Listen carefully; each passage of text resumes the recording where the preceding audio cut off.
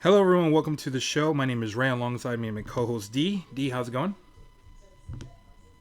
I'm doing good, man. How you doing today? Doing good, brother. It is Forbidden Door weekend. We are going to, as far as before I start, I do want to say as far as the channel is undergoing a new name, as far as a new brand. For now, just bear with us. Not too entirely sure as far as what we're going to do, but we are switching up from the worst show to something else. But for now, we'll go with what you see at the moment. But as far as that goes, I will say as far as going into Forbidden Door weekend, for Double or Nothing, I think you remember me saying last time we had the pay per view for Double or Nothing. I was kind of meh on it. For Forbidden Door, I definitely find way more appealing. Any as far as when you saw as far as the card now, because we have a little bit more of a structured card. Like, what's your take on the card so far as you see? I think that is a good card. I thought Double or Nothing was a good card, so my opinion doesn't really mean shit apparently. No, this one, But this one for I sure mean looks way more promising. they put together some good matches. Yeah, there's some good matches. I mean, again, you have good workers, and this I don't think you need as. I think that what hurt the Double or Nothing was the build. I think that the build, because it was going to linger after Double or Nothing, it was just a weak build, so that made the matches weak and the crowd was weak. I don't think that's gonna happen for No, Forbidden Door, and absolutely especially not. because there's no. Most matches are going to be one-offs. There's not going to be much lingering for the competitors against each other after this. So I think that people are going to be more into it. You're not going to see these matches. So I think hopefully we'll have a better crowd. And I just think that just some of these matches are amazing when you look at them on paper. Yeah, for sure. Now this for sure will be very very much polar opposite of what we got from Double or Nothing, with the Toronto crowd, and I think it's close to 10,000 people with some bigger stars on the card. But after that, let's just jump right into it. So right now, currently we have as far as for the Forbidden Door, the 0 hour matchup. We have Athena, the ROH Women's World Champion, going up against Billy Starks. Currently, Vegas has Athena as a minus 1,000 favorite. Starks is a plus 500. I don't know much about Billy Starks. All I know is she's very young. I think she recently was like, I don't know if she's in her 20s, but I think she's right around there. I do remember her tagging with Brian Alvarez against Filthy Tom Lawler and some other broad. But I mean, Athena should absolutely just crush this bloke here. I don't see much of a challenger. It is in the 0 hour prior to you buying it a pay per view. It belongs here. But any as far as takes on this card or on this match? You know, I think that Athena is probably going to win. Yes, I can't see a world in where Billy Starks will win strictly because Athena's the champion. But Billy Starks is one of those, she's young, she's super young. I think she's literally just getting out of high school, which is why That's she's what I heard not on too. the as on the roster as of now. So this would be a great win for her to introduce her to the crowd and be like, she's going to be a star because it's kind of like Nick Gage. They look like they're being fast tracked to, being household names. But I still can't see Tony being like, you know what, Athena, you're gonna lose, and you have our Ring of Honor championship. So yeah, you have to make do with that. Yeah, no, I think Athena's gonna win. Well, the other side thing to also want to include is it is part of the Owen Hart Foundation as far as women's tournament qualifier, so Yeah, or quarterfinal, I should say. I don't think Starks is going to do much here. She may try to get the crowd into it. For smaller indie shows, she is very charming from what I've heard. I don't think that's going to work for this crowd, unless this crowd is very, very smart. But I barely even heard about her, but I think Athena should probably just. I mean, it should be a squash match in my opinion, but if it goes longer than 5 minutes, like, what are we doing here now? But you got to keep your ROH Women's Champion strong, so. you do, but I don't think it should be a squash. I mean, I mean, the girl can go. I've seen a couple of her matches, and she's been on. I think before they took away Dark Elevation, she was either on Dark or she was on Rampage for a match or so. She's not bad at all. I think that she should 5-6 minutes is probably perfect for what they're gonna do. okay. I haven't seen much of Probably it. She perfect. can't be worse than Anna Jay or Sky Blue, and I'll probably get heat for that, but. But we'll see. Hey, Yeah, you say that, and didn't Sky Blue just make it to the next round of the same tournament? that's Tony's booking. But anyway, that's for another discussion. Um, So is this. well, again, when we both pick Athena, Vegas is picking Athena. Oh There's yeah, no way she should lose, yeah. but not much to get. I believe they'll probably add more matches to the 0 hour, probably maybe 2 or 3. I hope it's not that many. Yeah, this definitely belongs in the 0 hour for sure. Moving on to the next match, I'm sure it's a match D is very much looking forward to. We have Jungle Boy Jack Perry going up against Sonata, the IWGP World Heavyweight Champion. This was a weird way they kind of presented the match because I know that New Japan doesn't want Sonata losing to anyone, and I guess Tony thought this was a good idea to feed an AEW wrestler to Sonata. But I think they're kind of Tony's. I think what Tony's trying to do is he has Hook involved in the angle itself, but I think that's probably when this little feud may start where Jungle Boy may turn on Hook. I don't know if it's gonna be on Sunday, but as far as the Vegas odds, they do have Jungle Boy as a plus 1,000. It's not as a minus 5,000. He's tied with MJF as far as the highest Vegas odds, but I have Sonata going over on this one. I just don't know how it's gonna go. Any take on this, D? Yeah, I'm Sonata as well. I mean, there's 3 locks in this for me, completely, and this is one of those locks.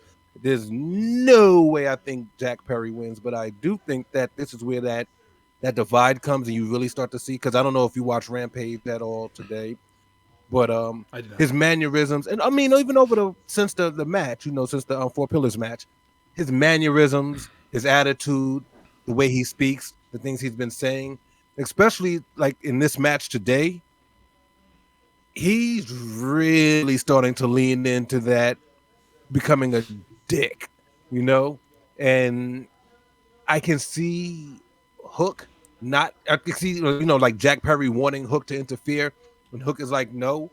And that's where the divide starts. And Sonata gets Jungle Boy when he's telling Hook, get the chair or pass me this or whatever it is that he's trying to get. So Some sort of I foreign think that's object. Sonata a Yeah. win, and something to help him cheat. What he couldn't do to MJF in the Four Pillars match, I think that he might try to do to Sonata, and Hook might say no, and that might be where it goes. Because any other way, I don't see a point for this match. Other than Not they're at all. feeding Jungle Boy to Sonata and Sonata going over so that way they keep their champion strong. But yeah, they could have picked someone better. I mean, they could have had Sammy or maybe Darby, but they're both tied up at the moment. So I guess If you we're could have being one honest, yeah. but if we're being honest, is feeding Jack Perry to Sonata making him look stronger than what he No. already is? You know what I'm saying? Like, if you're not going to get anything out of this moving forward out of Jack Perry and advance his story, what's the point? You're taking one of your four pillars, like what's making your company stand, Mm-hmm. and you're gonna feed them to the champion for no reason? That just doesn't make sense to me. That's like, well, we'll talk about that match later, but MJF is not being fed an opponent. That's a high profile Yeah. match. If you're just feeding Jungle Boy to Sonata, then I think that that's pointless, especially with all the work that you've done to, I guess, try to build him up, especially into this bad guy character. What would be the point? So I expect something to happen. I think ultimately what Tony wants to get out of this is to start maybe an angle or at least kind of trigger the feud between Hook and Jungle Boy. I guess Jungle Boy turns heel on it, or maybe we get a swerve turn. Like I think you brought that as where Hook turns on Jungle Boy, but I think that'd be kind of stupid to be honest. I'm not really high on Jungle Boy. It would be interesting, but I'm not very high on Jungle Boy to be honest. So I don't know. We'll see what happens. I'm high on him as a worker, as strictly a worker. I'm Yeah. high on Jungle Boy. I haven't seen enough from him personality wise, or on the mic, and I think that his bad guy persona that he's trying to convert to is showing more personality, and maybe he'll be one of those people who are just not a great good guy. He's not a great face. Maybe he's just a better heel, and I'm hoping that's the case, because if his personality and his mic work can catch up to his ring work, I think he has a great future. Yeah. But as of now, his mic work is just weak. It is what it is. I think he has to have the kind of like the Roman and the Rock kind of route. Where what I mean by that is like you need to. He's probably going to be hated as a babyface, turn into a heel, and then turn into a better babyface. But that could probably essentially happen here. He needs something because he's kind of grown stale, and he hasn't done much. But I mean, it's a nice little feud. I'm interested in seeing Jungle Boy against Hook. So Maybe they'll do that all out. Who knows? But I think that's probably where we go in the next, except as far as going into the summer. That likely will be the next Can angle. I Don't mind. Uh huh. I got a funny little tidbit for you though Sure. that I was thinking about, and it's funny because I haven't heard anybody mention this. But do you realize that Luchasaurus has won singles gold before Jack Perry did? And Jack That's Perry was crazy. the boy, the one who they've been pushing to be the four pillar, but Luchasaurus has won a champ. Christian and Luchasaurus Yeah. won singles championship before Jungle Boy. Just think about that. I can. He's their pillar. You brought up a good point because I mean, I guess we'll go into the Luchasaurus angle for big. It looked like they. I don't know. He kind of came off a little bit as far as babyface ish, where Christian kind of took credit for Luchasaurus winning the title, even though they cheated. I mean, that'd be kind of interesting to have like Jungle Boy as far as pair up with Christian and turn on Luchasaurus. That'd be kind of interesting, kind of like a double turn there. But I mean, yeah, that is something to definitely take note of. Like that's very true what you said. But maybe that's why Jungle Boy wants to go after Hook's fake title. I don't know. We'll see where it goes with that. But I guess He ain't being hooked for that title. yeah, but for sure, I agree with I do agree that Sonata is one of the best locks in this, as far as match for sure, or in this card, I should say. But Sonata should get the win. Moving on as far as to the next match here, we do have actually a better, more intriguing matchup here. We do have as far as the AEW International Championship Fatal 4-Way with Daniel Garcia, Orange Cassidy as a champion, Shibata, and Zack Sabre Jr. So far, Vegas does have. They are favored Orange Cassidy as the favorite at a minus 1,000 favorite. Zack Sabre Jr. at a plus 400. He's the second favorite. Shibata and Garcia both at plus 900. Wow. Yeah, I was kind of surprised. I would have figured Orange Cassidy going into this fatal 4-way with the injuries kind of accumulating that he may have lesser odds of winning, but I would still lean towards him as him being the person to retain, possibly Daniel Garcia doing the job. I just don't think it's wise to have Shibata or Zack Sabre Jr. to take the pin, but I agree with Vegas. I do think Orange Cassidy should retain. It's not time yet. This is kind of a non-canon type event, to be honest. I don't think this is the time to drop it, but yeah, I mean, Orange Cassidy should retain. What are your thoughts? First off, my thought is that I'm surprised that Daniel Garcia's odds are so long. I would have thought that he would have been like this, had the second best odds to win, because I don't Really? see anybody walking out as a double champion. So I don't think Shibata and Zack Sabre Jr. are going to win this one. And Daniel Garcia is the only one walking in without a title. So you would think that his odds would be, and he has won it's not like he hasn't won the pure championship before. So it's not like he's a stranger to gold in AEW or Ring of Honor, however you want to put it. So I'm kind of shocked that his odds are so low. Mm-hmm. But I do think that Orange Cassidy is going to retain either way. Right.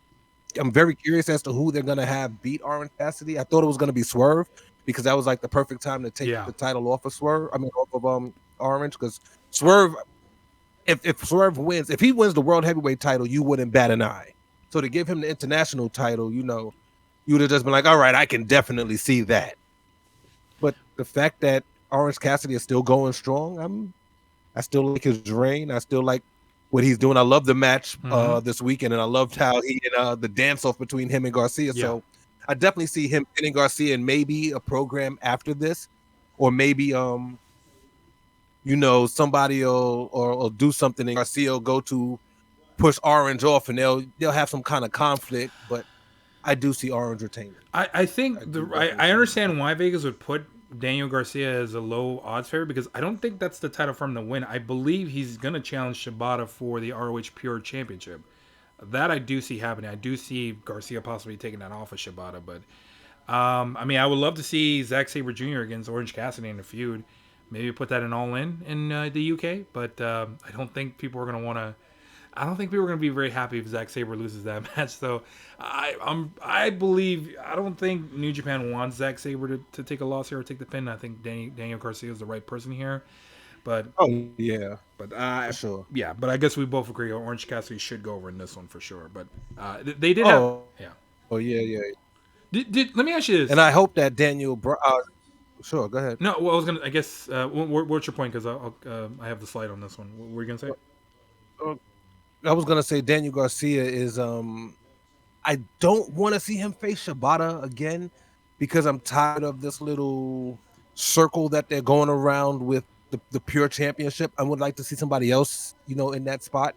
We've already seen Willie Yuta twice. We've seen Daniel Garcia. We've now seen Shibata. I would like to see Lee Moriarty win it personally. I think that he's very underrated. I think that he's a great striker. I think that he's in the same category as Shibata, but just Right. I guess on a slightly lower level because he's not as well known or he's not looked at as being in that category. But if you've watched him wrestle, Lee Moriarty is really good. So I would rather see, if we're going to talk about who's next in line for the pure title, I would rather see Lee Moriarty go for that, and then Daniel Garcia just try to then lose to Orange Cassidy, and All In or Right. something like that. Um, I could see from your standpoint. I mean, I didn't. Whatever I can do to as far as getting more Shibata, I'm down for. But I don't know if Lee would beat Shibata. I mean, I would see maybe Daniel Garcia beat him, and then Lee Moriarty possibly feud with him. I think Lee Moriarty does deserve more TV time. I think ROH probably would be the best spot for him to go, and to kind of get him away from this stupid firm gimmick or firm group that he's been in. Oh, that's dead. Yeah, so That's I'm dead. glad that it's gone and dead. Like that would make sense, especially Yeah. with what's his name, Big Stokely Bill? Hathaway. No, Stokely Hathaway now like running Oh, Ring of Honor. That does kind of make more sense to kind of have Stokely and Lee Moriarty kind of work together. But and Big Bill. Don't leave out Big Bill. yeah, I love Big Ass Bill. But I mean, Yeah, I love formerly known as Cass. That's my guy, man. yeah, dude, he looks like fantastic. that a He's lot. in better shape, but I mean, I don't know, maybe they'll bring back Enzo and maybe have them two pair together. I don't know. Anyway, Don't say that. Don't say that. I was gonna ask as far as my question was, the one odd takeaway, and I didn't realize this until like they brought this up, and when I heard certain people talk about this, that ending to that tag match between Orange Cassidy and Shibata versus Zack Sabre Jr. and Daniel Garcia, it was weird how that finish was done, where Orange Cassidy punched Shibata. And instead of Shibata being upset with Orange Cassidy, it was Orange Cassidy being upset with Shibata for not letting go of that title. It was just a weird way they did that. It was like, it was a little detail they threw in there, but I think they just did that to try to like say, oh, here's the Fatal 4-Way. But did you think that was kind of weird how that kind of the match was structured? I liked it because when, and this is a pet peeve of mine, so bear with me. Sure. I absolutely hate when it's just like when we were talking about the whole Mark Briscoe thing when he got pile drive by Dax. Bruh, he didn't mean to do it, and you have video. Why are you getting mad? If that's your tag team partner and you guys have no issues, or if that's your friend and you've had no issues, and he's saying I'm sorry, why would you get mad? You know what I'm saying? Yeah. So I appreciate that Shibata was just like, yo, look, I understand shit happens, but I want your title. Like I guess. I appreciate that the title is what's important to them.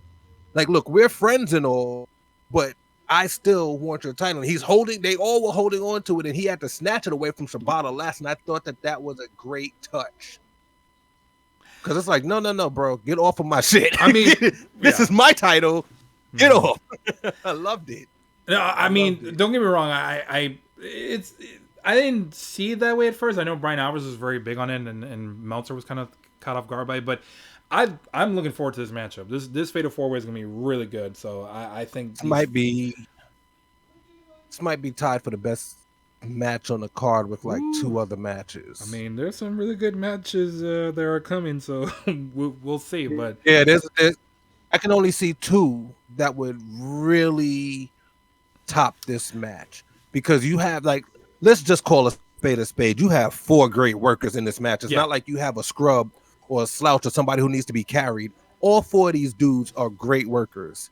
And I mean, if we're gonna talk about the least, probably the one who's, I'm gonna say inexperienced, but the one who's not as good as the rest, we're looking at Orange Cassidy. Yeah, Daniel Garcia is a stud. Oh yeah, Zapata's a stud. Zack Sabre Jr. is a stud, and Orange Cassidy is a stud. So I'm looking forward to just the horses pulling the cart on this Mm-hmm. match. These guys, kind of like I was looking at the Four Pillars match. I might not like the build up, but I appreciate the work that these guys can do. And with this one, I actually like the build up, and I love all four guys. So I am looking forward to this match. I mean, Yeah. I'm just absolutely looking forward to this match. I When mean, this match comes on, don't talk to me, don't bother me, don't text me, leave me alone. I mean, you're essentially going for the third best match of the night because, I agree with you, the co-main events are going to be the 1 and 2 best matches of the night for sure, especially with that crowd. But yeah, I guess we both agree that we do believe Orange Cassidy should go over and he should win. So, Oh yeah, but yeah, we'll move on to the that's a next. foregone conclusion. Absolutely. Next match will be here. This one's a little strange. It's the AEW's Women's World's Championship between Toni Storm, the AEW Women's Champion, versus Willow Nightingale, the New Japan Strong Women's Champion here. Currently, we do have as far as Vegas having minus 4,000 given to Toni Storm and Willow being a plus 1,000 favorite here. I don't know. I know we talked offline a little bit, and you even kind of said, like, why didn't they just give her someone else, meaning Toni Storm? I agree. I think Toni Storm should win, but I don't see why Willow should take the loss here. That's kind of dumb. That's not good booking. I don't know what New Japan was thinking here agreeing to this, especially there with their belt on the line. But any takeaways from this match? I don't get it. That's the biggest takeaway that I can. You know, I'm a big Willow Nightingale fan. Yes. That's number one. And number two, Tony, you got into a happy accident. And I hate to say it like that because Mercedes got hurt, but you were just handing Willow losses after loss to Jay, to Tony, to the Outcast. She was getting beat up. She goes into this match with Mercedes, has a good match. Like the tournament was a good tournament. I actually went back and watched it, and the tournament was a decent. I shouldn't say decent. It was a good tournament. Mm-hmm. She wins the championship, falls into your lap, star made right there. Everybody loves her. She's getting great reviews. You have a star made, and you put this match together. And the only way that I can see this match coming out right is if Tony gets disqualified because the Outcasts come out, Yeah, and they do something to Willow. Because other than that, why would you hand a loss to Willow unless you're intentionally trying to knock her down a peg? Because you can easily have put maybe Kairi Sane or somebody like that. I can't say easily, but I'm quite sure you could have gotten somebody from either Stardom or New Japan, the strong division, to face Toni Storm, and you could have gotten somebody from AEW to face Willow. Now, granted, this really isn't a Forbidden Door match because they're in the same company. Yeah. But if you're gonna do this and act like Willow's fighting for New Japan Strong, why not just feed her somebody from the AEW, feed her Anna Jay? Put another female on. Give a Diamante. Somebody. Anybody. Why would you have champion versus champion with only one championship on the line? So therefore, we know Toni Storm's not going to lose this. But I'm actually going to say Willow Nightingale by disqualification. Oh, you're giving a win to them. Okay, so I'm going with clean pin with Tony, but I think I like your odds better. No, I mean, Tony will probably. I'm not. I just sometimes I just try to look at it and be hopeful. Like I don't have any money on the line or anything, so I'm trying to. I'm speaking with my heart instead of my head this time, and I don't want to see Willow take a loss because I think it's counterproductive to what she's been doing. It is kind of stupid. Tony can eat a loss and nobody would care. If Tony took a loss by disqualification, it's just the Outcast interfering and do the whole L or whatever it is they're gonna do, and somebody makes a save. However you're gonna do it, but that makes more sense, especially in the story that they've been telling with them, for her to keep her title. It's not because remember, it doesn't change hands on the disqualification, so you keep the titles on the right people. She eats the loss, which isn't going to hurt her because she's a bad guy who's basically been just terrorizing everybody. So she loses by disqualification. It's just her being an asshole. And Willow gets the win and gets to still look strong. That's the only way I see this working out well. Other than that, it's just like, why? Yeah, normally AEW doesn't do disqualifications, but I think here it's very much justified. So I kind of agree with your take here. But I was going to do one last and they do point. Yeah. Uh-huh. Very, very small time, very, very poignant and and limited times do they actually use count outs or disqualifications. Right. If they're smart, if they're really, really smart, this will go to a time limit draw and they both look strong. Whoa. You're But talking you about just like a did 20-minute, like a 30-minute match? God.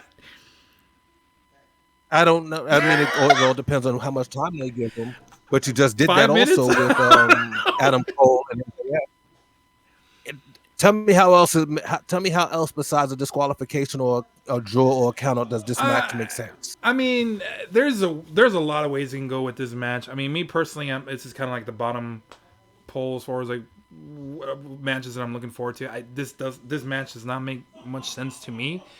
The only thing as far as appreciate, I like seeing Willow kind of finally being as far as established as a, they're trying to make her as a decent as far as female wrestler here. Like she's got a lot of charisma. She's very likable.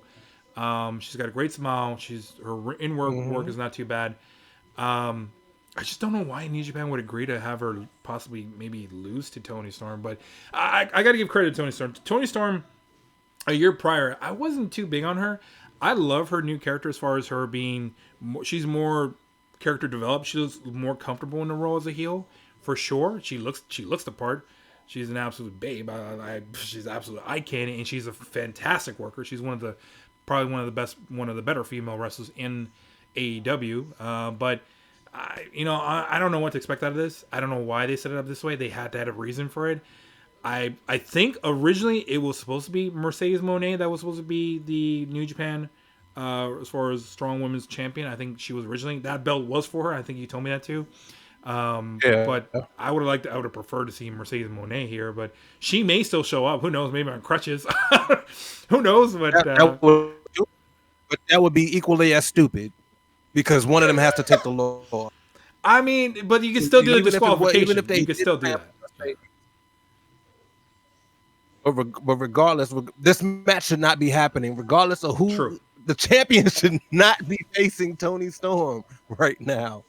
I mean, that's just my opinion, but okay, I'm going with my heart. Like I said, and I want Willow. I'm going. I think this is probably gonna be one of the few times we split here. So I'm gonna agree with Vegas. I think Toni Storm will win. Sadly, probably get the go being Mr. Guy. You're going more contrarian. Figure stuff out. No, I'm not even going contrarian. I'm going with my heart. Go for it. I'm going with my heart here, man.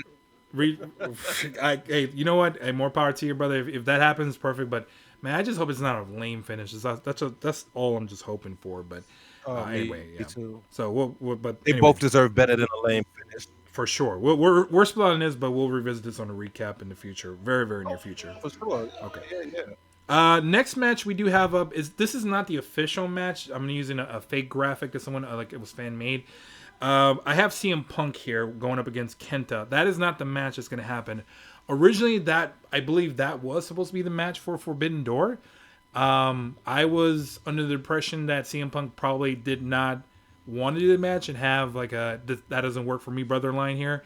But apparently it was actually Kenta.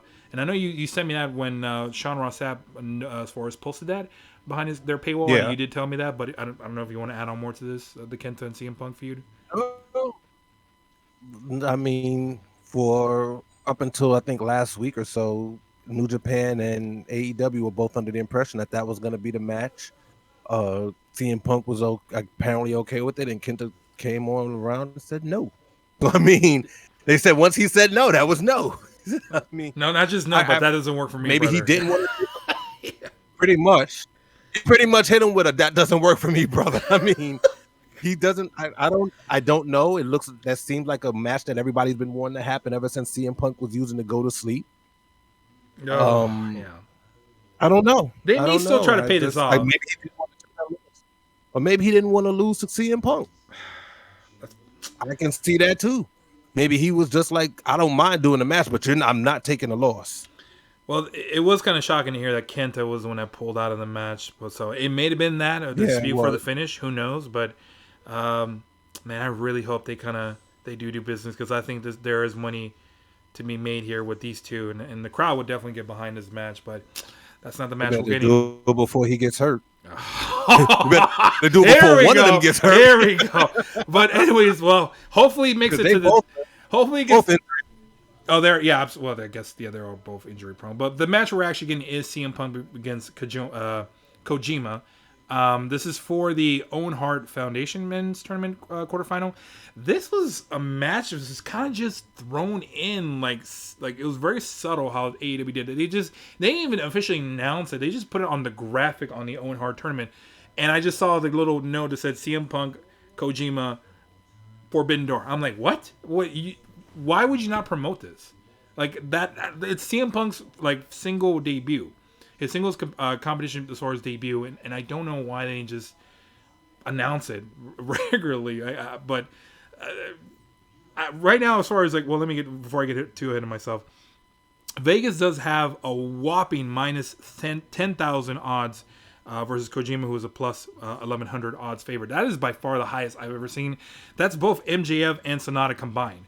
But I don't see how CM Punk loses his match. Any thoughts on his match? I don't care.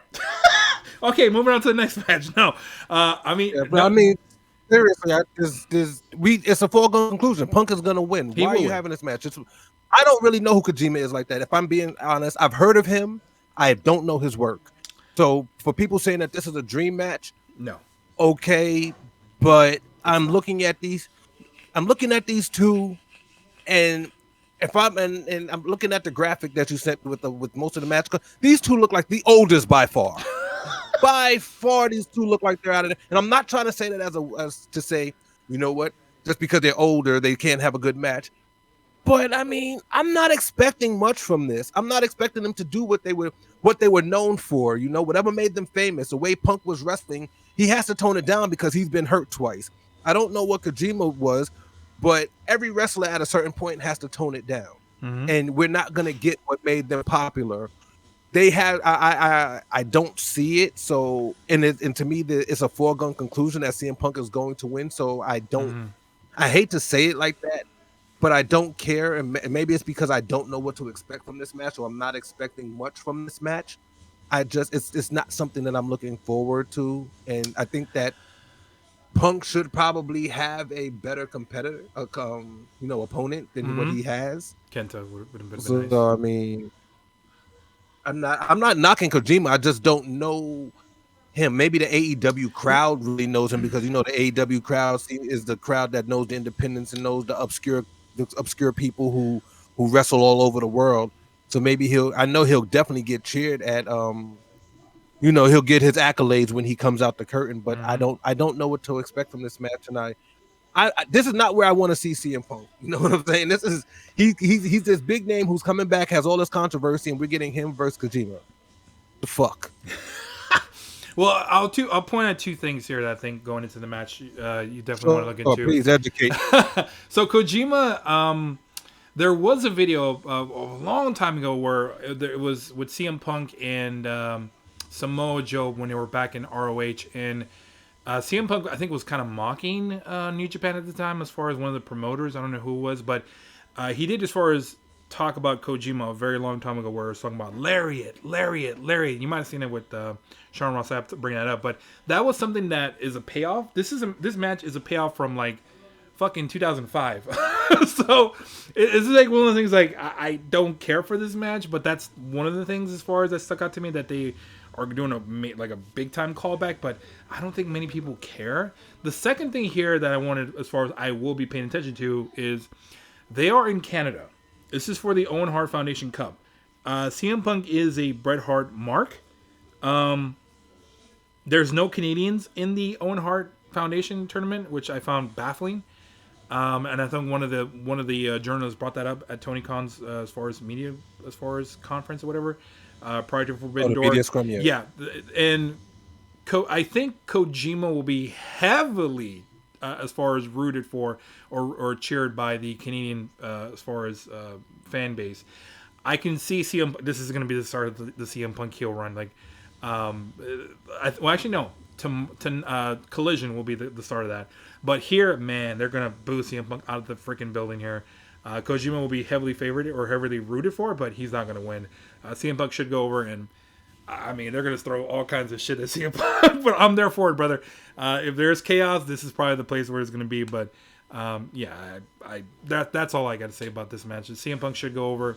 It's kind of a meh match, but we shall see where they go with this. But I am actually very much intrigued about this match to see due to the I don't response. care that they're blowing off a 20-year-old feud. I I don't get care that they're blowing off a no, 20-year-old just a feud. matter of reaction. Just the fan, like the audience in that building. How are they going to react to this match? That's what I'm looking forward to. But this, I believe, will be one of the more vocal matches in this card. So that's the one thing I'm looking forward to. Is like I'm curious to see how they respond to this match, and I kind of see where they might go with it. But I agree with you. I don't see what the point of this was, but we'll hopefully have better matches in the near future. But anyway, It's a dream match. it's a dream match from 2005, brother. Anyway, Hey, it's not my dream match. it's a nightmare, but all right. Well, it's gonna be a nightmare for CM Punk in Toronto, but we shall see. Moving on to the next match. Actually, prior to going into this, going into Forbidden Door, the AEW World Champion MJF. I'm pretty much showing the little graphic as far as that him bad mouthing New Japan, and when they asked him as far as whether he would wrestle anyone for New Japan, you can read as far as the notes from the Double or Nothing media scrum from that he didn't want to waste his time or didn't care for anyone on that roster. Hence, when we did talk about this during the State of Wrestling, how MJF pretty much kind of gave the "that doesn't work for me, brother" line. Also, as far as it's not the first time I would no-show an event, as far as like for a convention of any sort.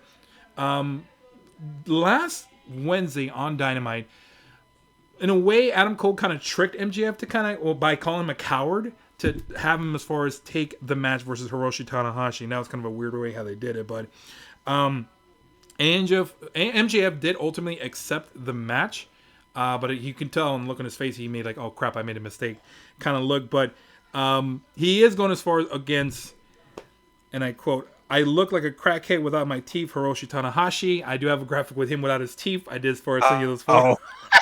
But real quick, I hope he doesn't. I hope he wrestles with his teeth. I hope he doesn't lose it. But we'll see. The story with Hiroshi Tanahashi is that he bit into a protein bar and broke his front teeth. And I have a video or a picture I sent to D as well. I think he was eating an apple when his front teeth were out. But I also have a photo with him and Mark Briscoe during that Ring of Honor pay-per-view. But man, it's just when you said the line, I'm sorry, when someone told me that Hiroshi Tanahashi looks like a crackhead without his teeth, I died laughing. I just could not stop laughing as far as seeing the visual of him, especially showing like doing like facial selling. And it just looks so funny to me. It looks comedic in a way. But ultimately, we do have the match set up for MJF versus Hiroshi Tanahashi. Vegas does have MJF the heavy favorite at minus 5,000. Tanahashi is a plus 1,000. I mean, honestly, I'm not going to waste too much time after going over those graphics. I have MJF going over clean on this one. He should pin or submit Hiroshi Tanahashi with the Salty the Salty the Earth. But my pick is MJF. Who you got, D? Yeah, so I just want to start off with a disclaimer that the views of Ray is not the views of everybody on this podcast. I don't know what he's talking about. I don't know any of that. It was a good friend that sent me the photos and also said that he's like, man, he kind of looks like a crackhead. I'm like, you know what? You're right, D. Yeah. I mean, it wasn't D, but like, maybe you should choose your friends better. But I'm gonna say that I love the way that Adam Cole mind fucked MJF into taking that. I love the whole promo from Wednesday night. I love the way that they told Shivani to shut up. I love their reaction when they found out they're teaming together.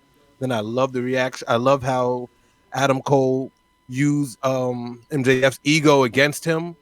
Mm-hmm. Got the crowd to get it was perfectly done because at the end of it, MJF just had this look on his face like motherfucker got me. The coward he line knew he got by his own, but he got by his own tactics. That's the stuff that he does. Adam Cole used his own stuff against him, and he was just looking like, damn, he got me. And I mean, we all knew it was a foregone conclusion, but I don't think it's gonna be the best match on the card, but I think it should be interesting. I like the I like that they're going up against each other, and I want to see where this goes with him and Adam Cole. I think that's going to go somewhere. Yeah, speaking of So Adam I'm going Cole, yeah, I'll definitely bring him up. But you're picking who? I'm sorry. MJF for sure. Tanahashi is not winning that championship. He's a lock to lose, I guess. Oh, I guess MJF is one of your other locks, right? I mean, yeah, he's with up there with Sonata and CM Punk. I mean, for fuck's sake, he better not lose that title. I mean, No, damn. no, there's no way he's losing that title. But the other thing too, just to give like, Somebody is losing a title. Though. you think so? Oh, I don't think anyone's gonna I lose. think Oh, you know what? I think there is one person that comes to mind. I agree with you. somebody has to lose. You can't have this pay-per-view like this and nobody loses a title. I think there's one match that may switch or swap titles or exchange hands, and we'll get into that later. It's one of the co-main events. But real quick before I go further, like I just want to give like MJF is so good as a heel. I love MJF, especially when he did. You brought that up earlier as far as you talked about how they Tony Schiavone brought up like they were both Adam Cole and MJF were going to be teammates in that stupid I don't know what it's called, eliminator match or tag team match. I don't know how that works. I don't give me the lion. They haven't even described how that works. Essentially Meltzer, I'm sorry, Alvarez called it the Battle Bowl, but I don't know how this works and why the champion is participating in this tag team tournament thing. It doesn't make sense to me, but I mean, I guess they're giving him something as an angle to feud prior to going to All In or All Out. I can only imagine that's the reason why, because now they're kind of in a tag team or buddies, and that's what Adam Cole was doing too, and that's how he tricked him or MJF to accept the Hiroshi Tanahashi as far as match. But before he said that, when Tony Schiavone announced they were both as tag teams, like MJF had the line like saying, "What do you want me to do? Wrestle every week? What are you, some kind of pervert?" Bro, I died when he said that. MJF is just fantastic. He's one of the best heels on planet Earth. Like he's just so good, and hopefully he doesn't drop that title anytime soon. But it probably didn't mean anything, but I took it as a shot at Seth Rollins. Oh, you know what? That's a great man, that's a good view right there. Like I didn't even think about that, but that's a great. Because he always brings up WWE, and like Seth Rollins, out of all the champions, is the only one who fights all the time. No other champion, not the NXT, not Roman, not MJF, not Claudio, not Sonata. Nobody's title is on the line as much as Seth Rollins is. Just saying. Oh. Yeah, I don't even want to get into the whole Seth Rollins thing, but so is he calling him a pervert too, MJF? Or is it Schiavone he was referring to? Who knows? Anyway, but me and D both agree we are picking MJF to win this one. No question that this should be one of the locks of the week for sure. Next up, we do have, as far as like speaking of his other tag team on Rampage. I didn't see as far as video, but I do know this match was going to be announced by tonight. As of Wednesday when they did the tapings for Rampage. We do have as far as Adam Cole versus Filthy Tom Lawler of the Empire from the Wrestling Observer Live as far as show. He's one of the guys on Wrestling Observer that is well known. He's friends with Brian Alvarez, and he's a fan favorite on that site. But I was actually kind of shocked when he did a run in to fight Adam Cole, and when they announced this match, I was even more surprised. But there's no odds at the moment. I would assume Adam Cole is going to win here, unless New Japan really wants Tom Lawler to win. But what were your thoughts as far as when you heard this match? I'm for it. I like Filthy Tom Lawler. I enjoyed his match. I enjoyed watching him in GCW. So I mean, I'm in for a treat. I don't know about everybody. I don't know about everybody else, but I like him, and I like whatchamacallit. Adam Cole. So yeah, I pick Adam Cole, but I'm here for it. No, I like nice little. Uh-huh. It's a palate cleanser. It's one of those matches where you don't have to really be there to pay attention if you don't want to, or if you like both competitors, you can be there. It's a concession stand, use the bathroom. It's one of those kind of matches because there's quite a few on here. Like you don't want to miss them. Like that one in the Jungle Boy, I hate to say that, Jungle Boy Sonata and CM Punk Kojima, those are the matches like your bathroom breaks. Buffer matches, yeah. I got you. Makes sense. And I like the women in this match, so I'm not on the card, so I'm not. That wouldn't be a bathroom break for me. But there's no way I'm going to the bathroom with some of these other matches on. I will be sitting there intently in front of the screen watching. I'm a fan of Tom Lawler too. I was like, I listened to him to the Filthy Four Daily Show with him and Brian Alvarez, and I Yeah, love he him. is Man. funny. He is he's great. I did actually watch him and Mike Sempervive after the UFC coverage. I actually made a what was it? He was on Twitch and they were accepting as far as tips, and I actually donated like a $20 tip, and I had like, hey, can Tom like flex like Conor McGregor? Dude, he got up and actually flexed. I was like, that's cool. I was a fan of Tom Lawler then. That was during the pandemic, I think, but. Anyway, just I love Tom. Like the other match, one of my favorites is between him and Yano. That's when he tried to out Yano, which is funny as hell to look at. But I'm not that stupid as far as to pick Tom Lawler here. I will definitely go with Adam Cole here for sure. The Moxley match was good too. Yes, dude, Lawler and Moxley. Man, I mean, dude, just see how he slapped him. Oh my god, dude! I mean, just that is a physical match. But this guy was a former MMA fighter, so yeah, Lawler, I would not try to get in a fight with. But anyway, anyway, I thought that he faced Zack Ryder, but I don't think that Zack Ryder took the title off of him. Maybe I can't remember who no, was it. Moxley? No, because I remember that's when they broke the Isn't that when they broke the lights, the fluorescent lights, or whatever it is? I can't remember. Remember there was little pieces of light bulb all over the mat. There was blood everywhere. It was ridiculous. I can't remember. It's a story for another day. Yeah, absolutely. But I guess we'll move on as far as to the supposed next match. We don't have an official graphic yet, but this will be announced by tomorrow. We do have as far as Sting and Darby and a to be determined as far as partner for them. They'll announce it on Collision, which they got boos when they said like, well, we'll announce it on Collision when they did it on Dynamite. Going up against Jericho, Sammy Guevara, and Suzuki. I don't know exactly who, as far as is going to be the partner for them, as far as the mystery partner, but Darby did say in line that he kind of pretty much hinted who it might be, where Darby did say, and I have the graphic, you got to remember, Chris, you made a lot of enemies in a lot of places. There's 3 people that have been heavily talked about on Twitter. The first person I think I would like to see that Jericho last feuded in New Japan was Tetsuya Naito. I would love to see Naito in this spot here. I don't know if he's going to show up or actually be at Forbidden Door. He did say he wanted to be a part of Forbidden Door after not making it last year. But ultimately, I think the person that will be is probably Shingo. Shingo Takagi is probably the guy that's going to be with them. He was with them. He did tag team with them last year when he went up against the Young Bucks and Phantasmo. And that was a really good match. Shingo was very impressive in that match. I had never seen him live as far as in a match, but he is phenomenal. He definitely deserves as far as be worthy in it. The third guy, I don't know if I should even bother bringing him up. It was actually Bill Goldberg. I don't see why you would want to put in Goldberg in there, but yeah, that's essentially what they have at the moment. Any thoughts on who you think it might be, the third person? Not a clue. I mean, it's probably not a clue because I don't care. This is just another one of those matches that's on the card. I'm just like, okay. I mean, I guess you have to have Sting and Darby and Chris Jericho. They have to be on there.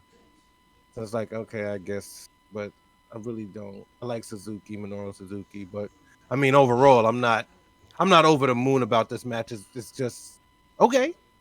I mean, this is okay. I have no clue who they're gonna get. I didn't pay attention to Jericho's run except for the Painmaker. So when he was in New Japan, so I honestly, I can't. I don't know.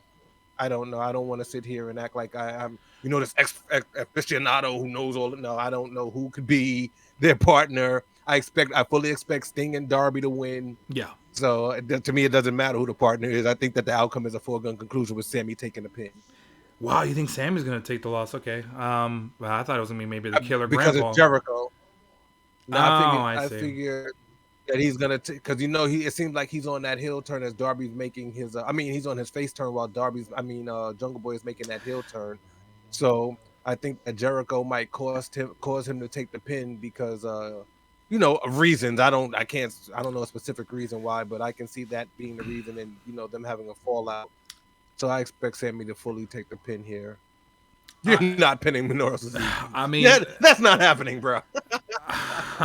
I agree with you. I think the side of Darby, Sting, and whoever is, whether it's Shingo or Tetsuya Naito, I think that side will win. I think it's actually going to be Chris Jericho that takes the pin, mainly to just kind of show that Sammy Guevara will ultimately see that he probably will do well in the match, or I think they'll try to put him as far as over to make him look good or make him look strong, and then have Jericho lose the match where Sammy may look to see like, well, I don't need Jericho after all. Like he was kind of holding me back, to be honest. Like we lost because of Jericho, but who knows? Ultimately, I think there will be an angle as far as run with Sammy and Jericho as far as feuding going forward. You gotta remember, Jericho's taken a lot of pins lately. He's eaten a lot of pins. I'm okay with it as long as the young guy goes over. Stupid. Yeah, but if you really think about it, Sammy came off stupid in that four pillars match. So all right, you know what? Let me not say stupid, even though he did come off stupid, but I'll say naive. He came off naive. He constantly comes off as naive a lot of the times, and throughout a baby face, trying to change a baby face, you can make him look naive and then be like, oh wait, no, you're just trying to play me. You're just trying to use me.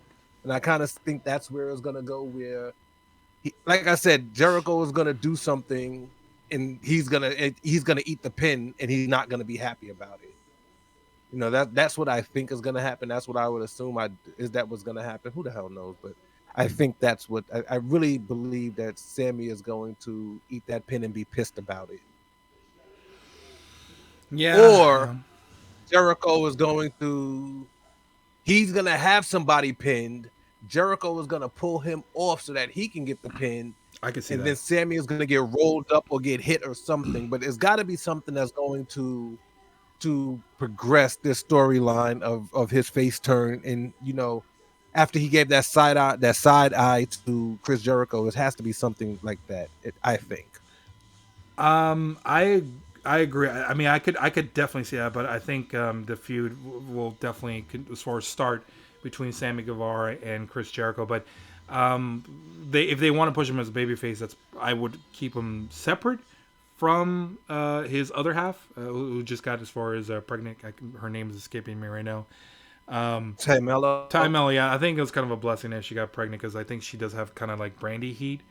But I think if you want to give him as a strong babyface, you need to kind of keep him separate from Ty Mello. But anyway, we both agree. We will take this far as a Sting Darby and pick whoever you want, a donut in there. Moving on into the next match. You could put me in there and they win that match. Moving on as far as the next match, we do have this far as the Blackpool Combat Club tag teaming with Shota Umino and Takeshita going up against the Elite, Eddie Kingston, and Ishii. This is a very interesting match. It's kind of weird how they just threw in Eddie Kingston in there, but currently we have the Vegas odds. The BCC with Shota Takashi going against as being the favorites at -200. The Elite, Ishii, and Eddie being at +150. So it's kind of like a toss-up in a way. I'm not too sure who's going to win this one or who it benefits the most. If you want to do 50-50 booking, you could take the Elite side, but it doesn't make sense. I don't even know why they put Eddie in here, but they're ultimately running multiple angles with the BCC against the Elite and Kingston against Claudio Castagnoli, but I'm guessing they're going to merge the two together and kind of go into forward, like maybe to Blood and Guts. But I'm kind of like pick them here. I'll side with the Elite for now, but any takes on this match? I don't know. I don't know. Yeah, this one's a hard one. That's the most that I can say. It really is. This one is a difficult match to try to pick. I mean, because either team can win, and it would, keep the story going. The only thing that I can think of, and the only odd man out in this whole scenario, is Shota, who I can see taking a pin. I don't see the way they've been pushing Wheeler. I don't see him taking a pin. Takeshita, you can't give him a pin right now. You need him to look strong because of what you're doing with him. Claudio's your champion. Moxley is fucking Moxley. Then you on the other side, I don't see Tomohiro Ishii taking a pin. Eddie Kingston has been really motoring along in New Japan, why would you give him a pin? Especially because I think that at some point he's going to take that title off of Claudio. And then the Bucks and Hangman, the Elite, they just ate a pin. Yeah. You know, even though it was Kenny who took the pin, they still lost. So I find it's a difficult one because you can. The only thing that I look at this is I try to process when I'm thinking about who's going to win. We're doing these review shows. Is that these prediction shows? Is that who can take the pin? Who can take the pin and not be affected by it? You know what I'm saying? Mm-hmm. And I think that in this match, the only person out of the 9 people who could take this pin and it won't affect him is Shoto, because he's gonna go back to New Japan and do what he does. But maybe Ishii could take. Yeah, I know. I just because that's those are the only 2 that I can see taking a pin. the New Japan guys. But I don't know who to pick. Yeah, pretty much because they honestly have no place in this feud. Like this feud, it seems like they're honestly just thrown in. You know what I'm saying? Yeah. Like it doesn't seem like they need they have a place. Like Shoto, what is Shoto's place here besides being John Moxley's young boy?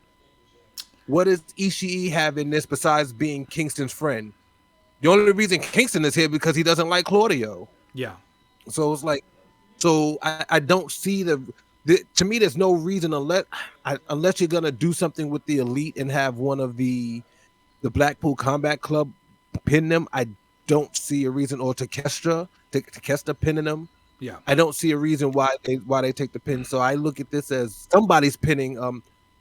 1 or 2 people are gonna get pinned here.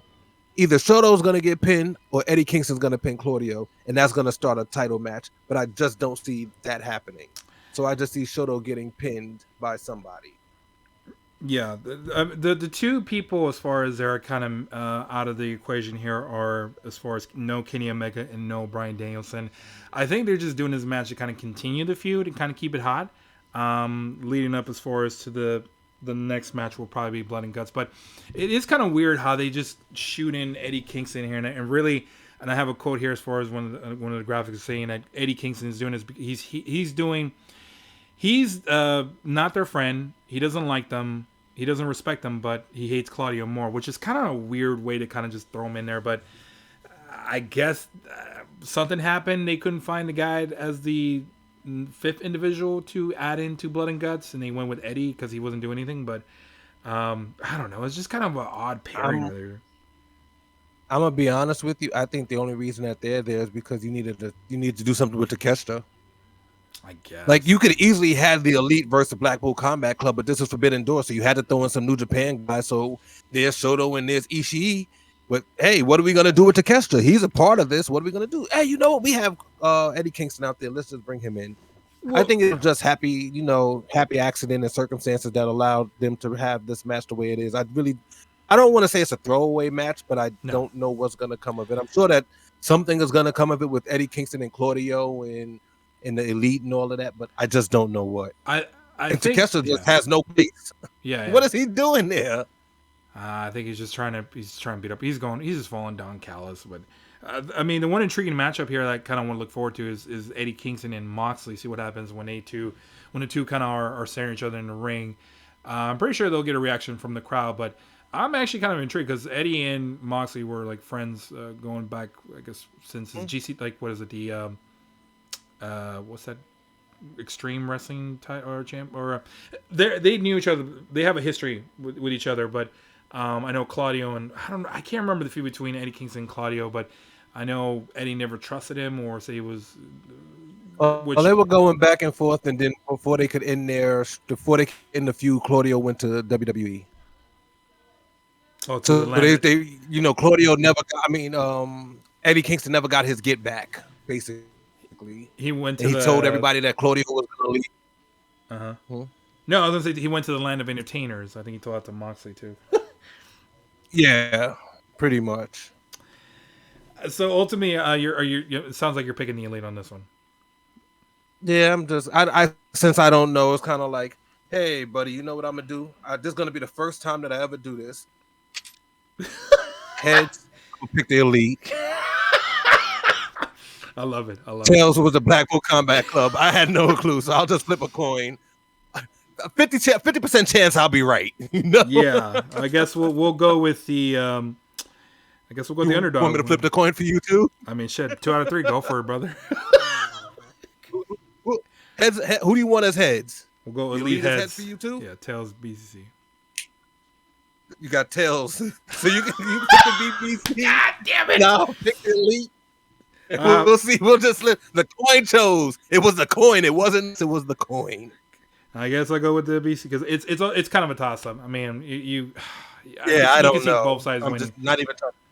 Yeah. Yeah, so you have your pick. Your guess is as good as ours, to be honest. You know, we should pick instead. Who? Who's gonna bleed first, Hangman or Moxley? Oh my God! No, I'll That's give what we odds should to be Moxley. picking. Moxley's a minus 1,000 favorite to bleed. Hangman plus 500. Oh, Anyway. Okay, so getting into the matches that for sure set up the card that sold out that that for sure I'm a lot of people that are looking forward to. I think this will be the co-main event. We do have as far as Kenny Omega, the IWGP US Heavyweight Champion, going against the challenger Will Ospreay. This will be in Toronto. They are definitely playing up the role as far as Will Ospreay being the heel, going to Canada, pretty much badmouth in Canada. So Omega will be the hometown favorite there. Currently, they do have as far as Ospreay as a minus favorite here. The Vegas odds minus 250, Omega plus 180. I was a little surprised that at the time when the odds came out that Ospreay was a favorite. I definitely had conversations with these stating that I thought Omega would win and Will Ospreay would challenge for the belt in at All In the UK. But I kind of didn't understand why Ospreay was originally the favorite, and then we had the angle with Don Callis meeting up with Will Ospreay, and now it makes sense.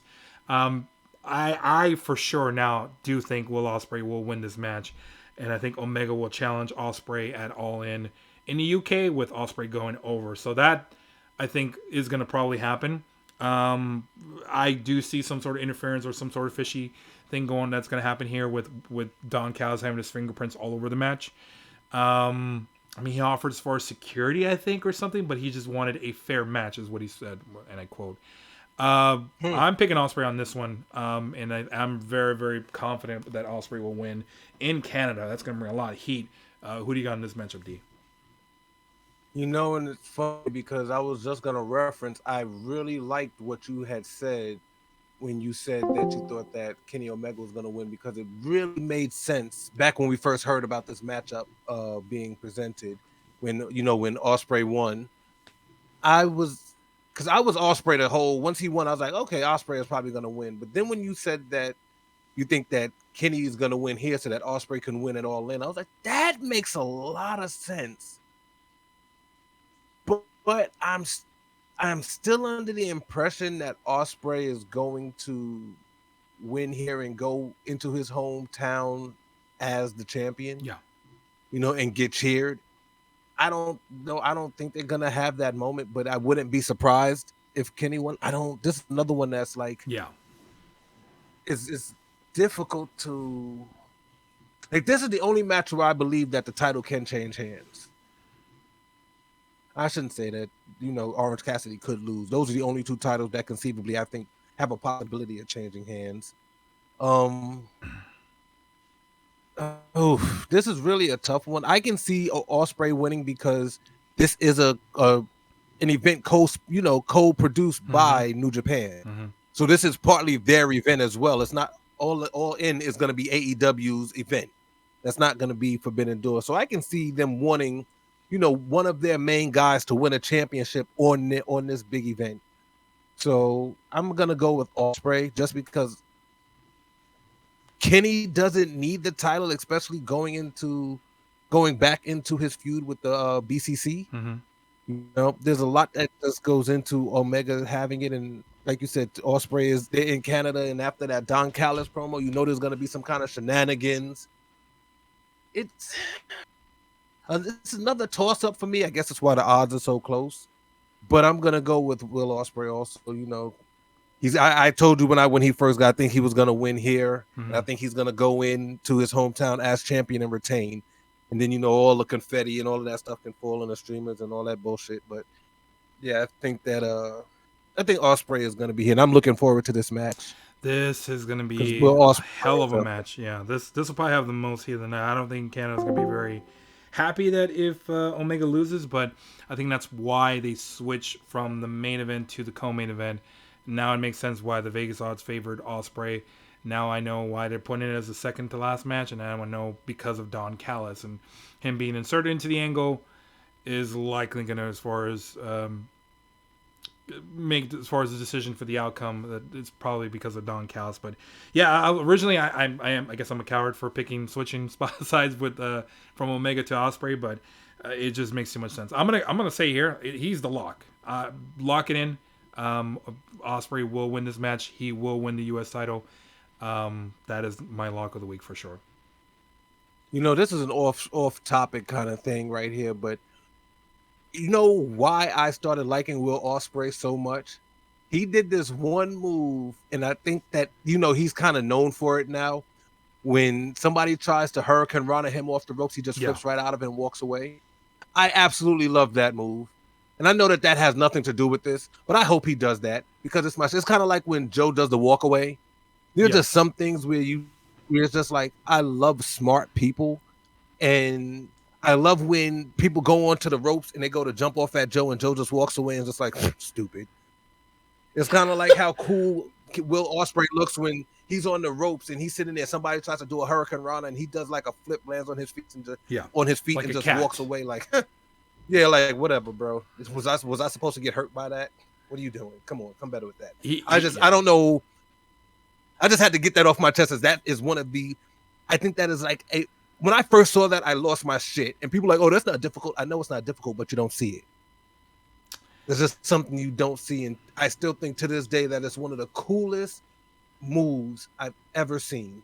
And it's not even a move that he initiated. He just flipped out of the Hurricane Rana. So dope. Yeah, I know that was neither here nor there. No. Just to add on to like what Dee's talking about, like Will Ospreay is an absolute freak. This guy is a freak of nature. He's literally, I would say, probably the closest to a human Spider-Man, him or Ricochet. But I do remember the little Spider-Man pose that him and Ricochet had. But the one you're talking about is with Kota Ibushi, when Kota Ibushi did a Hurricane off the top rope and Ospreay just kind of no-sold it or kind of walked away from him. But just this guy is just unbelievable. But him going against Omega is just going to be an absolute spectacle. Meltzer's probably are going to give it a 7-star rating before the match even starts. But I'm very much looking forward to this match. But this is not the match to look. Huh? I was going to say the only match that I look forward to more than this, and I know that it'll never ever I'm pretty sure it'll never ever happen, is Will Ospreay versus AJ Styles. That's the only match that that I want to see that will probably never happen. That I have like a 0.1% chance of it happening. Yeah, well, could you imagine that? That'd been really nice, but we're probably never gonna get that, unfortunately. Yeah, no. Unless we get Forbidden Door 3, baby, let's do it. But hey, WWE, get on your shit. Hey man, I would be that would be the actual Forbidden Door with AEW versus WWE versus the World. I would love to see that, but yeah, me too. So we both are picking Will Ospreay to win this match for sure. Ospreay, for sure. With a lot I want to see him win that title. A lot of heat. This is another heart pick for me. This one is another heart pick because I like Will Ospreay. Good guy, bad guy, I really don't give a shit. I like Will Ospreay. And don't get me wrong, I like Kenny Omega, but I've told you before that I do have problems with the way that Kenny performs at times. I hate that Terminator shit. It's kind of like I hate this. I hate his sweet chin music. I look at wrestling as you want it to be realistic.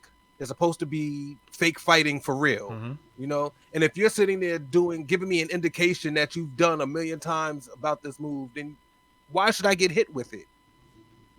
If Kenny Omega starts doing the Terminator noise, if I hear that, I know you're about to do a flip, bro. So I'm just gonna move. Do this Joe. Shit like that is. Yes, that's my issue when it comes to Kenny Omega. Like, bro, why are you giving away? You're too smart of a wrestler for that. That's like he's more of a showman wrestler than just a wrestler. But I am looking forward to this match, and I'm looking forward to Will Ospreay winning. Oh, I'm looking forward to Will Ospreay winning this title back. Yeah. I would say put the house on it. Will Ospreay will go over for sure. But anyway, going into the main event for sure, we are getting. We do have as far as Bryan Danielson versus Okada here.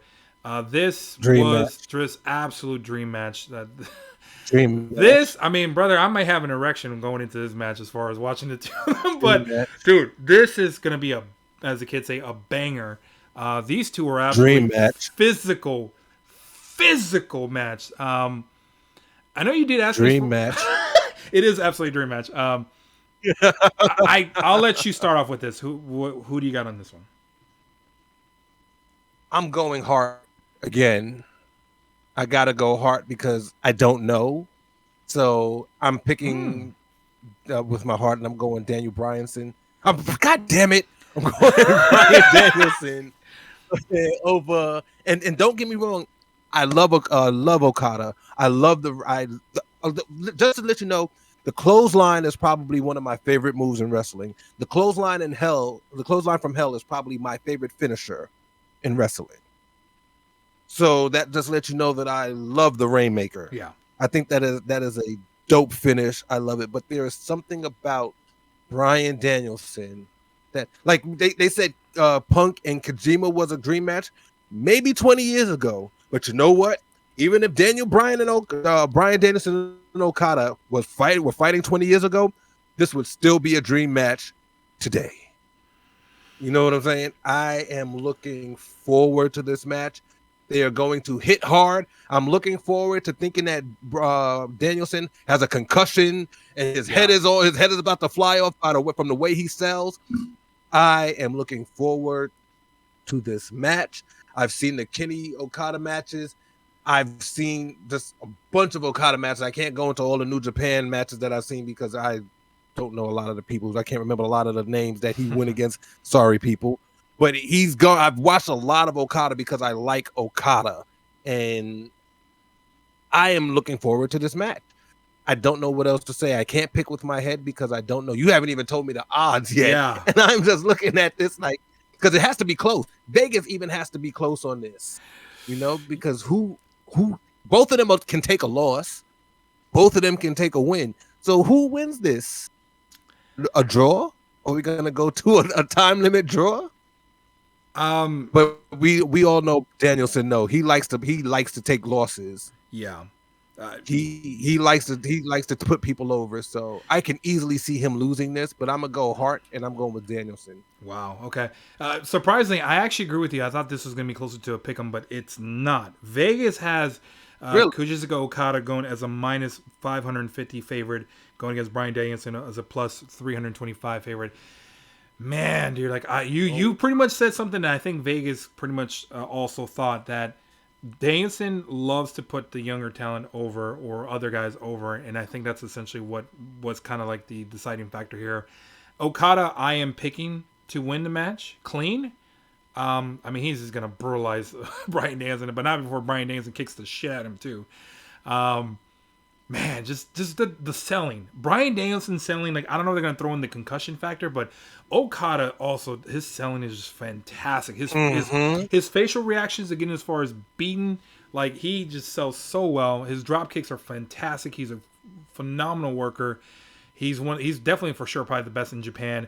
Bryan Danielson is arguably one of the best wrestlers in the United States, but in the world. In the world for sure. But the American Dragon going against an actual Japanese wrestler, like, this is, you could tell by judging from Bryan Danielson's look on his face, and I do have as far as a couple as far as screenshots here.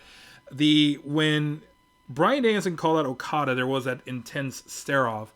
You could tell by the fan reaction how some of them are very, very much looking forward to. And I'll zoom in on one guy.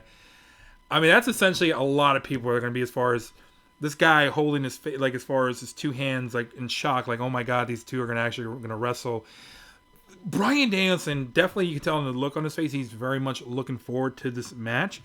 Yeah. But we did have as far as a small sample at the end of Dynamite where I think they were trying to jump Okada, or Wheeler jumped Okada. Of course, that ultimately ended up with, I think Danielson tried to do the psycho knee on Okada, but it caught Wheeler Yuta instead. and then Wheeler Yuta ate a freaking Rainmaker by Okada at the end. And then you have as far as Bryan Danielson running at the end. But man, this is going to be an unbelievable match. I cannot wait to see it. It should go at least the last two matches, the co-main events with Omega and Ospreay and Danielson and Okada should go at least both 1 hour, at least minimum. They need to have enough time in the ring. I'd be very, very disappointed if it's like a 10-15 minute match. They need to go long on these matches. So I'm just looking forward to the co-main events for sure. This alone, you could put whatever garbage matches you want to put, but these two matches, the co-main events, are enough to get me to pay for the pay-per-view. But it should be an absolute treat. This is what I meant. That it was don't forget the international championship too. Oh, that too. But I thought you were going to talk about the other dream match, CM Punk and Koji. Well, you really like to be funny, don't you? You really think you're a funny guy, huh? I'm glad you can laugh at yourself. But anyway, just looking forward to Forbidden Door. I'm very much looking forward to Forbidden Door for this Sunday. But we also have, as far as Collision coming up on Saturday prior to it, there will be more matches that will be announced. So don't add us if we like, hey, you dumbasses, why'd you forget about this match?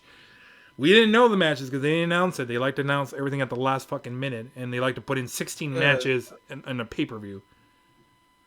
Don't blame us because they decided to have a fucking show on Saturday. It's not our fault. If they didn't have a Saturday show, then we wouldn't have to worry about more matches being announced. Damn it. Well, there is one Who wants to watch wrestling on a Saturday every week at 8 o'clock? May I intrigue you with the Saturday match? They did as far as kind of just low-key insert a small little dream match with Hiroshi Tanahashi versus Swerve Strickland. Man, that I was like, when I saw, like, God, like, why do they not announce these? Like, seriously, like, Tony, what are you doing? Because Swerve was going to take the loss. You think so? Because Tanahashi can't lose. How can Hiroshi Tanahashi lose before he faces MJF? Oh, I guess I don't know. There's no way Swerve is winning that match.